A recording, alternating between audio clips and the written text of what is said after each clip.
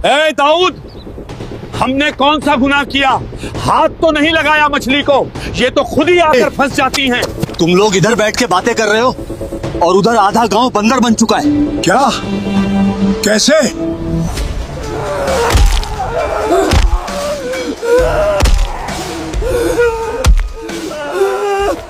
ये वो कौम थी जिसे अल्लाह ने नेमतों से भर दिया था। दरिया उनके दरवाजों तक बहते थे, रिज्क उनके हाथ में था और उनके दरमियान अल्लाह के नबी हजरत दाऊद अलैहिस्सलाम मौजूद थे। लेकिन जब नेमत आजमाइश बन जाए तो इंसान पहचाना जाता है, और फिर अल्लाह ताला ने हजरत दाऊद अलैहिस्सलाम के दिल में वही डाली और हुक्म दिया कि ऐ दाऊद, मेरी इस नाफरमान कौम को मेरा ये पैगाम सुना दो। अल्लाह ने तुम पर सब्त यानी हफ्ते के दिन मछलियां पकड़ने को मना फरमाया है। सुना तुमने? हजरत दाऊद ने हफ्ते वाले दिन मछलियां पकड़ने को मना कर दिया है और कहता है कि ये अल्लाह का हुक्म है। ये हुक्म इम्तिहान है, इताअत करने वालों के लिए रहमत और नाफरमानों के लिए वार्निंग। ये वही आजमाइश थी जिसे कुरान ने बल्दा-ए-अला का फितना कहा, सब्त का हुक्म जो उनकी आजमाइश का दरवाजा था। देखो, आज हफ्ते का दिन है और दरिया भी मछलियों से भरा पड़ा है। और फिर इम्तिहान शुरू हुआ। हफ्ते के दिन जब मछली पकड़ने की इजाजत नहीं थी, मछलियां जौक दर जौक किनारे आ जाती, इतनी बड़ी, इतनी ज्यादा कि इंसान का नफ्स चीख उठता। देखो जरा, आज हम लोग सुबह के आए हुए हैं और अभी तक एक भी मछली नहीं पकड़ पाए। और आम दिनों में समुंदर जैसे खाली हो जाता। यह था असल इम्तिहान। सब्त वाले दिन हाथ तो नहीं डालेंगे, लेकिन एक काम करते हैं, खड्डे खोद देते हैं, पानी के रास्ते बना देते हैं, मछलियां खुद फंस जाएंगी। हम असल सब तोड़ेंगे ही नहीं। ये था पहला कदम। फरेब, धोखा, अल्लाह के हुक्म से खेल, मगर दिखावे में हम तो शरई तौर पर जायज काम कर रहे हैं।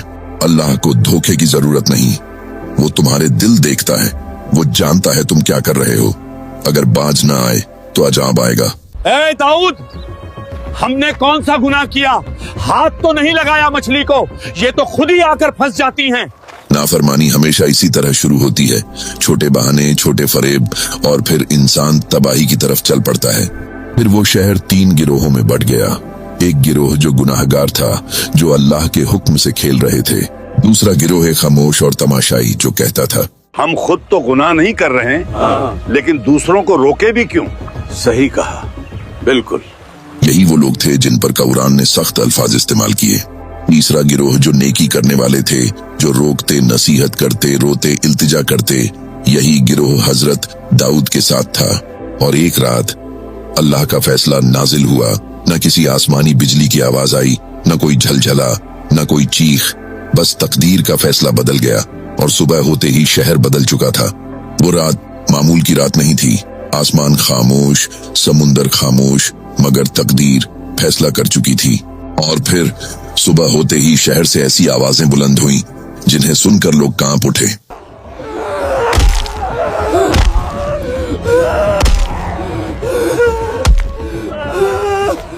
वो लोग जो कल तक इंसान थे, आज जमीन पर रेंग रहे थे, इंसानी आंखें जानवरों के जिस्म में कैद। कुरान कहता है फलम्मा अतौ अम्मा नुहू अन्हु कुल्ना लहुम कूनू क़िरदतन खासिईन। जब वो हद से गुजर गए तो हमने कहा जलील हो जाओ, बंदर बन जाओ। ये वो लोग थे जिन्होंने अल्लाह के हुक्म से खेलना चाहा। अल्लाह ने उन्हें खेल बना दिया, उनका जिस्म बदल गया, मगर याददाश्त बाकी रही, ताकि ये अजाब उन पर 2 गुना हो जाए। जो गुनाह नहीं करते थे मगर बुराई होते देखते रहे, उन पर भी अजाब आया। घर वीरान हो गए, रिज़्क़ छिन गया और उनकी नस्ल खत्म कर दी गई। ये थे खामोश गुनाहगार। और वो लोग जो रोकते रहे, हक के साथ खड़े रहे, कितने ही कम थे मगर बचा लिए गए। अल्लाह के नबी ने जब अपनी ही कौम को इस हाल में देखा तो शदीद गम से जमीन पर बैठ गए।